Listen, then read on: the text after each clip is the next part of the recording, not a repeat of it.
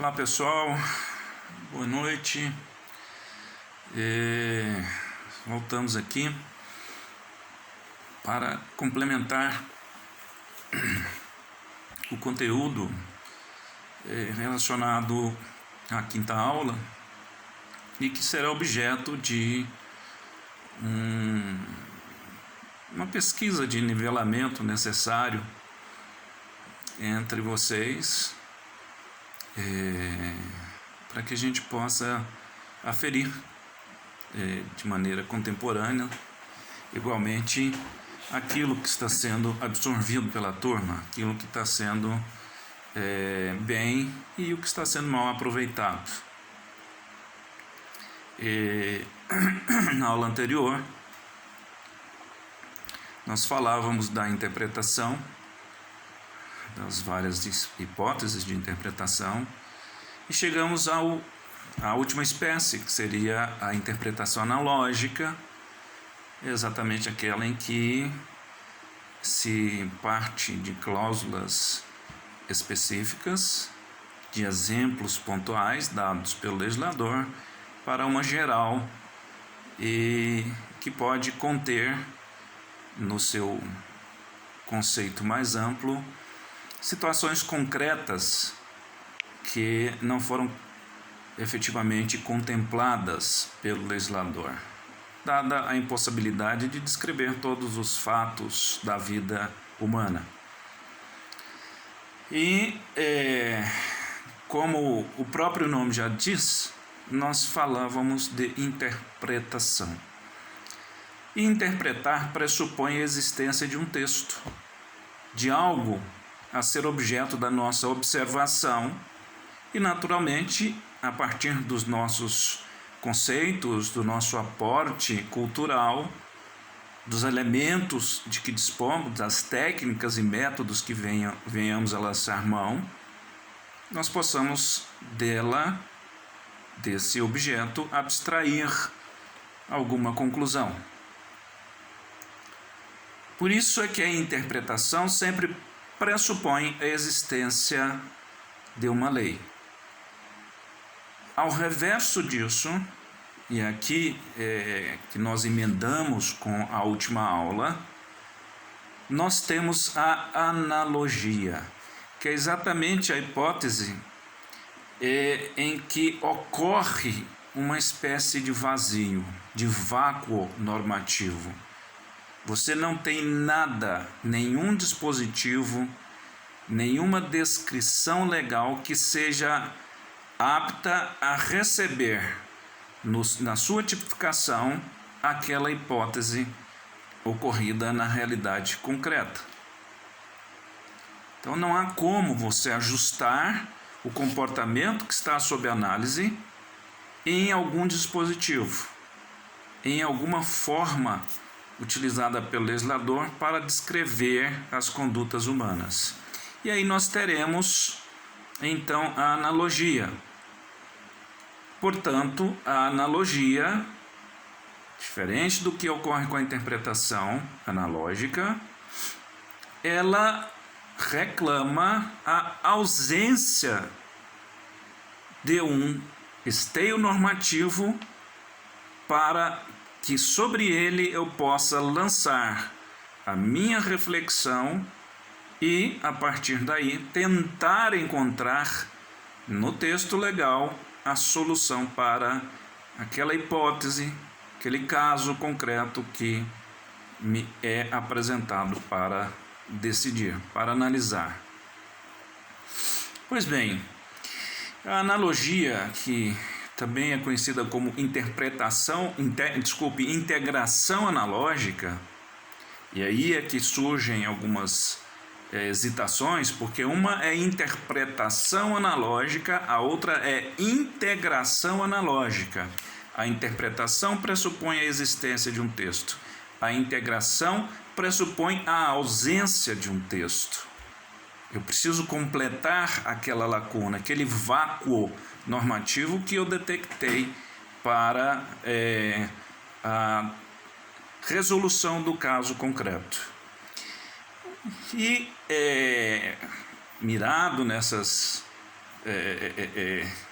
questões que surgem a partir dessa possibilidade de identificação de falta de norma de regência para uma situação real, concreta, surgiram algumas espécies de analogia, evidentemente a partir da observação que nos é permitido fazer.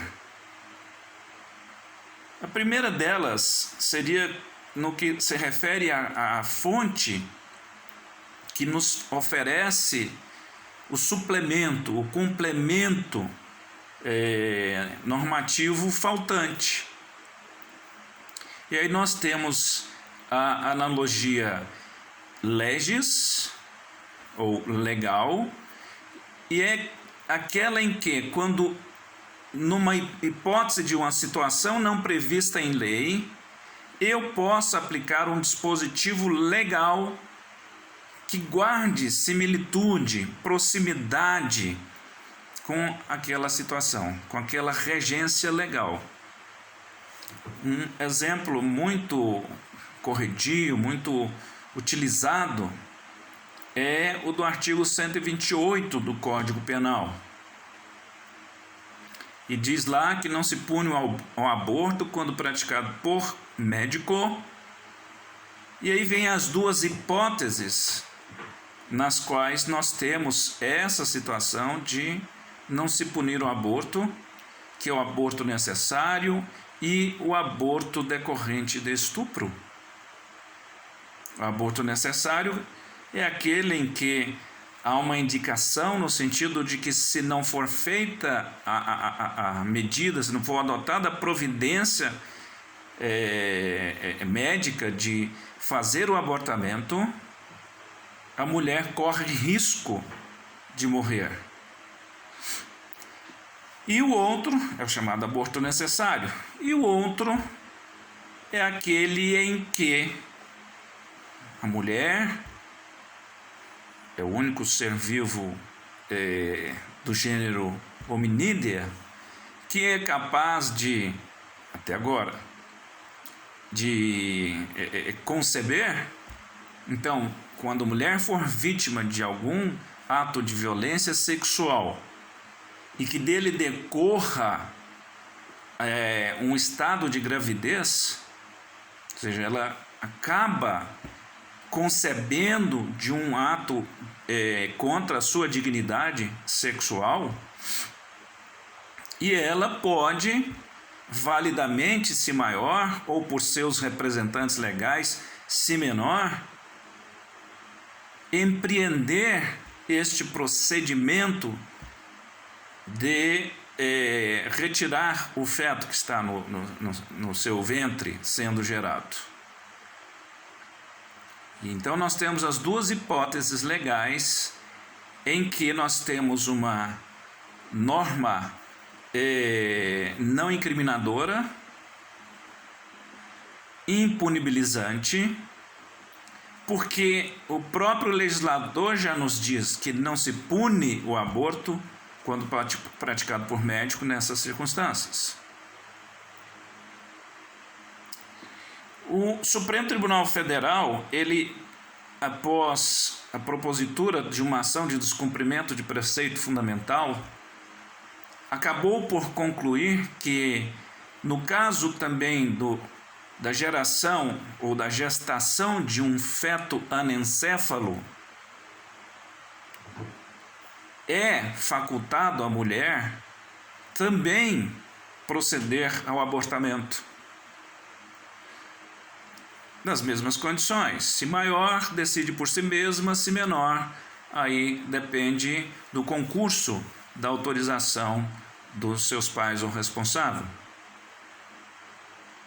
Exatamente porque aquele ser que ela gera, ele não dispõe de massa encefálica que viabilize a sua existência extrauterina.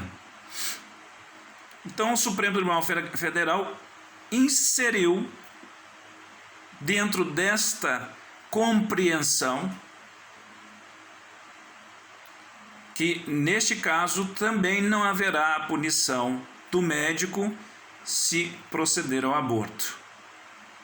Evidentemente que a detecção da condição de feto anencéfalo não prescinde da realização de exames próprios que possam me firmar de maneira inquestionável a existência de um ser sendo formado com esta condição fisiológica que vai acabar resultando em que a mulher que está gestante, e esse foi um argumento forte na época, não venha realizar efetivamente a formação de um quarto de bebê, mas sim de um féretro, de um jazigo, para que possa colocar aquele ser que está sendo gerado por ela. Então, nessas hipóteses, nós temos a possibilidade do aborto. Muito bem. Só que a lei fala que não se pune quando ele for realizado por médico. E se na situação concreta, e se no caso dado, não houver médico, e naquele local específico, num lugar bem longínquo desse Brasil imenso, né? Não há médico. Por exemplo, eu morei no Tocantins e lá eu morei numa cidade que nós ficamos, antes de mim, não existia médico. Quando eu cheguei lá na cidade, havia chegado 2, 3 dias antes um médico. Enquanto eu estive lá, ele já saiu para outra cidade e a cidade voltou a ficar sem médico. E quem fazia os procedimentos, inclusive mediante intervenção cirúrgica, fazer estruturas, até, pasmem, até procedimentos de apendicectomia, ou seja, retirar o apêndice de pessoas, era uma enfermeira, inclusive alemã. E aí, nós vamos punir essa pessoa se numa situação concreta ela deparar com a mulher que está ali vertendo sangue, perdendo sangue, a morte, e se ela verificar que, olha, a única possibilidade de salvação é fazer o aborto e proceder e salvar essa pessoa, ela tem que ser punida, né? A ela socorre, no meu modo de ver, num primeiro momento, inclusive a excludente da ilicitude do estado de necessidade. E, em última hipótese, a aplicação analógica intra-leges, né? Melhor dizendo, a analogia intra-leges, nesse caso supletiva por força da fonte de que eu vou lançar mão, que é o artigo 128 do Código Penal, para prestigiá-la em razão do gesto que ela acabou realizando. Muito bem. Nós temos a analogia iuris também, que na realidade indica que a uma situação não prevista em lei se deve aplicar um dispositivo, um princípio geral do direito. Ela tem a possibilidade de incidência no âmbito penal praticamente inexistente, mas o que nos importa mesmo são as espécies de analogia quanto às consequências, porque aqui nós temos duas hipóteses: analogia in bonam partem e in malam partem. In malam partem é sempre proibida, é vedada de maneira absoluta pelo direito. Em bonam partem não, sempre permitida pelo direito. Ou seja, se eu tiver que aplicar um dispositivo legal por analogia ao caso concreto para prejudicar o réu em malam partem, eu não posso fazê-lo em matéria penal. No entanto, se eu puder fazê-lo para beneficiá-lo, aí sim, eu não só posso, como devo fazer essa interpretação. E um caso é este que eu acabei de falar, da enfermeira que eventualmente venha praticar um aborto no local onde não há médico para proceder a esta providência para salvar a vida da gestante. Tudo bem.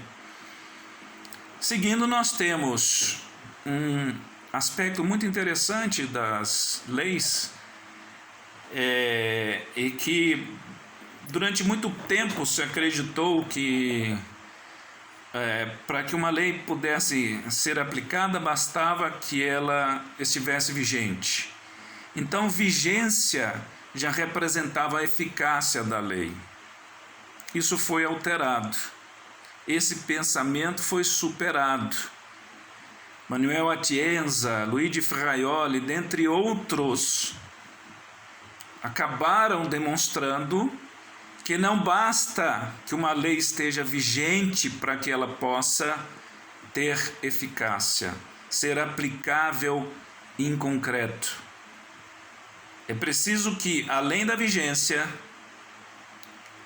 ou seja, vigência é prazo ou termo inicial a partir do qual uma lei está apta a produzir efeitos, nós temos que verificar se ela também é válida. É dizer, se ela atende, se ela cumpre o programa principiológico, no nosso caso, constitucional e convencional. Então não basta o Congresso Nacional aprovar um projeto de lei, o presidente sancionar esta lei e ela entrar em vigor de imediato ou com alguma vacácio, ou seja, um prazo qualquer que se compreenda necessário para que as pessoas apreendam o conteúdo dessa lei, que ela poderá ser considerada como uma lei eficaz, como uma lei que pode produzir todos os seus efeitos, assim como previstos pelo legislador? Não. Agora é preciso, em cada caso, avaliar se ela tem validez. O que significa dizer se ela está de conformidade com todos esses princípios, regras, normas de regência constitucionais e convencionais. Eu olhei aqui para baixo para ver se eu consigo ver o tempo, mas enfim, eu vou dar uma pausa agora, retomo em seguida sem parar, efetivamente é só para cortar o vídeo e dar sequência.